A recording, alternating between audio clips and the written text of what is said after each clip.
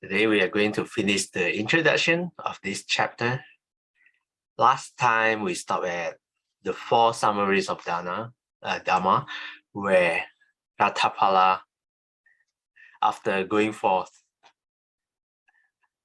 conveys his insights back to his family on why people choose to go live the life of the homeless and living the comforts of the household life.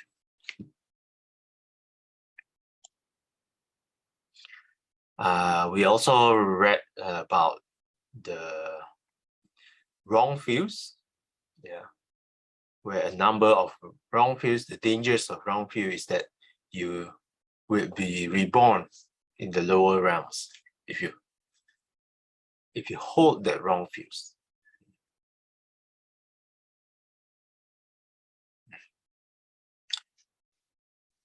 I'll continue the reading.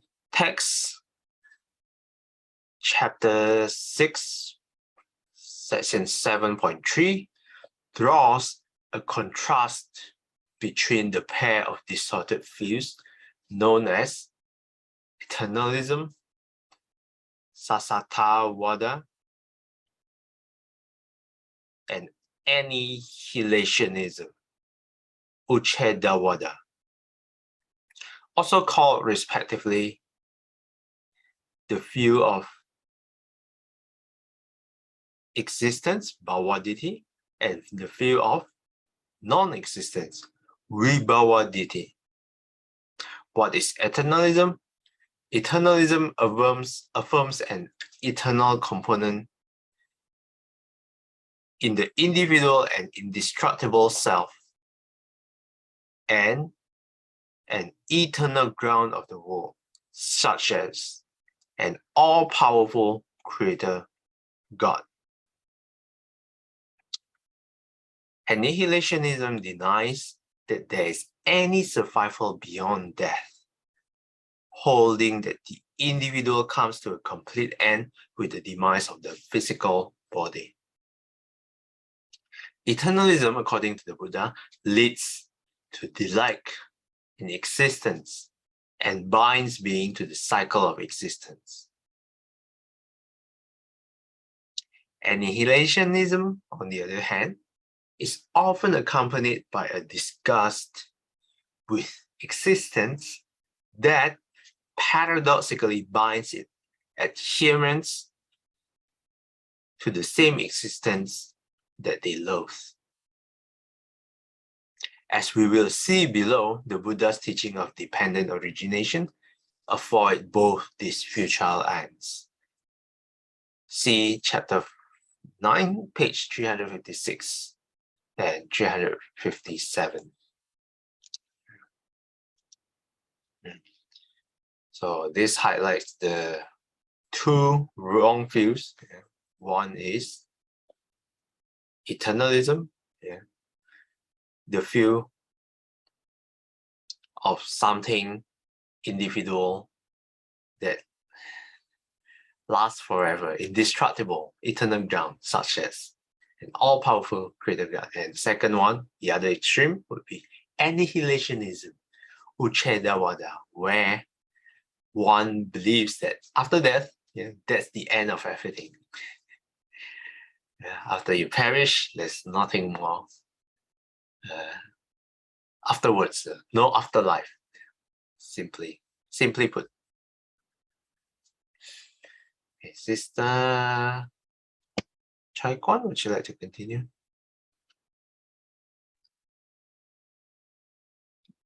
Text chapter 6, section 8 highlights a particular problem posed by eternalist views. Such views can inspire meditators to attain states of deep meditative bliss, which they interpret as union with a divine reality or realization of an eternal self. From the perspective of the Buddha's teaching, however, such attainments merely create the karmic potential for rebirth into a realm in which that meditative experience becomes the fundamental condition of consciousness. In other words, the attainment of these states in the human rhyme generates rebirth into the corresponding planes in the rhyme of subtle form or the formless rhyme. While many religions point to a divine rhyme as the final answer to the human predicament, the Buddha's teaching holds that these worlds offer no final outlet from the impermanence and misery of samsara. Thank you. Thanks, Sister Chekwan. Okay, so one of the problems with Eternalist View is that some people can reach such a deep meditative attainment, bliss, deep meditative bliss, but they mistaken it. They think, not that this bliss is good. If you can attain these meditative states, please go ahead. But the problem is when one mistaken this as the ultimate goal, while it is still something very, let's say, sublime, something that please go attain if you can. But in the Buddha's teaching, this is not the final answer. This is not the final goal. And even this state does not offer final outlet from impermanence and misery of samsara. Sister Lin Twai, would you like to continue?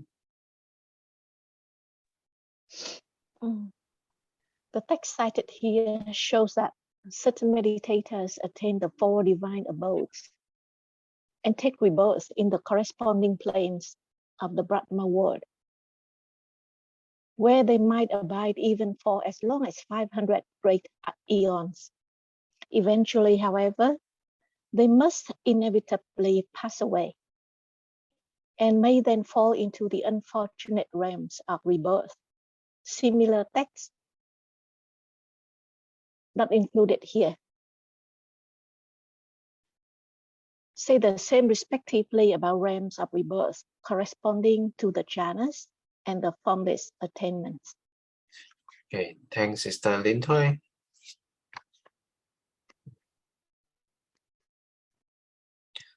Here, when meditators attain the 4 divine abodes, take rebirth in the corresponding planes of the Brahma worlds, where they might abide for as long as 500 great eons, which is super long. But eventually, they must inevitably pass away. When they pass away, they may fall to the unfortunate realms of rebirth. This is another danger of being reborn in that realm. Well, it is still good, better than being reborn in the lower realms directly. But if you enter this realm, when your karma has passed away, when your lifespan has passed away after 500 great eons, you will fall into the lower realms.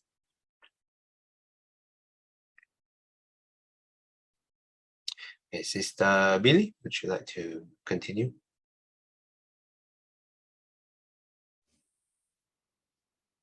The 2 suttas that constitute the final section of this chapter again take up the unsatisfactoriness and insecurity of conditioned existence, reinforcing that message with dramatic imagery. In text chapter 6, section 9.1, the Buddha declares that the amount of tears that we have shed while wandering through the round of rebirths is greater than the water in the 4 great oceans.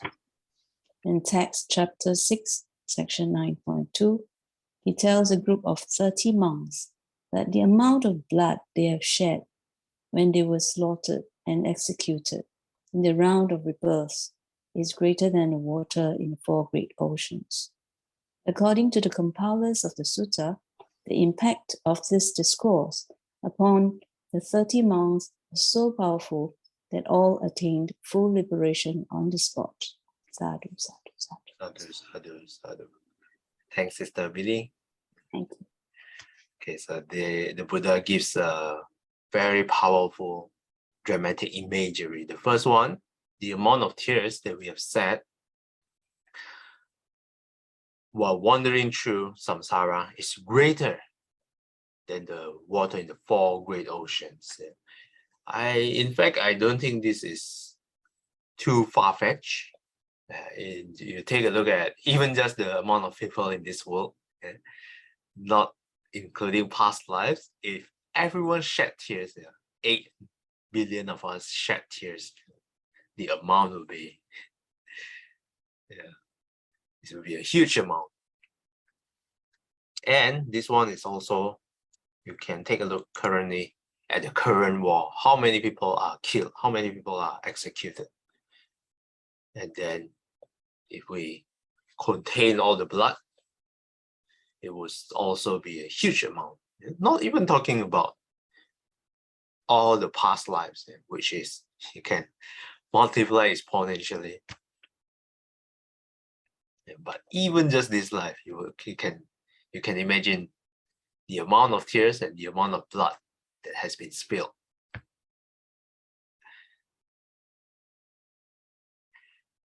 With that, we finish reading the introductions. We can read a few more. We can read the sutta, but any questions or the comments for the introduction?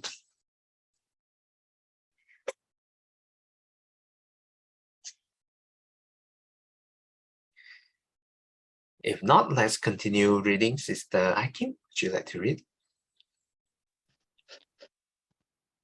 6. Deepening one's perspective of the world. 1. 4 wonderful things. Monks on the manifestation of the Tathagata, the Arahant, the perfectly enlightened one. 4 wonderful and marvelous things appear. What for? People, for the most part, delight in attachment, take delight in attachment, rejoice in attachment. But when the Dharma of non-attachment is taught by the Tathagata, people wish to listen to it, lend an ear, and try to understand it. This is the first wonderful and marvelous thing that appears on the manifestation of the Tathagata, the Arahant, the perfectly enlightened one. Okay, thanks, Sister Akim. Okay, so this sutta talks about the 4 wonderful and marvelous things appear on the manifestation of the Buddha. The first one, people delight in attachment. But when the Dharma of non-attachment is taught by the Tathagata, people are willing to listen, people are willing to lend an ear, and people are willing to try to understand it. Sister Xinghui, would you like to continue?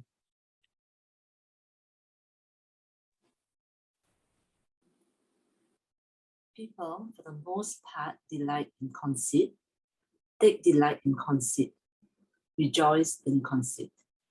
But when the Dharma is taught by the Tathagata for the abolition of conceit, people wish to listen to it, lend an ear, and try to understand it.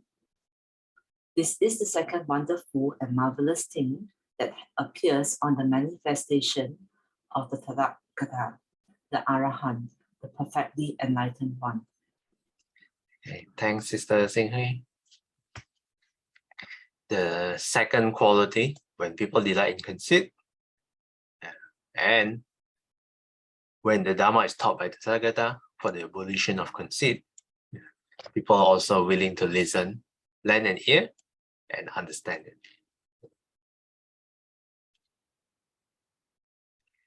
Okay. People, for the most part, delight in restlessness, take delight in restlessness, rejoice in restlessness. But when the Dharma of peace is taught by the Tathagata, people wish to listen to it, lend an ear, and try to understand it. This is the third wonderful and marvelous thing that appears on the manifestation of the Tathagata, the Arahant, the perfectly enlightened one. So the third one is restlessness, and what is taught is the counteract, the Dharma of peace. The last one, people for the most part live in ignorance, are blinded by ignorance, fettered by ignorance. But when the Dharma is taught by the Tathagata for the abolition of ignorance, people wish to listen to it, lend an ear, try to understand it. This is the fourth wonderful and marvelous thing that appears on the manifestation of a Tathagata, an Arahant, a perfectly enlightened one. On the manifestation of the Tathagata, the Arahant, the perfectly enlightened one, these four wonderful and marvelous things appear. From Anguttara Nikaya 4:128. Sadhu, sadhu, sadhu. Okay. Any questions or comments?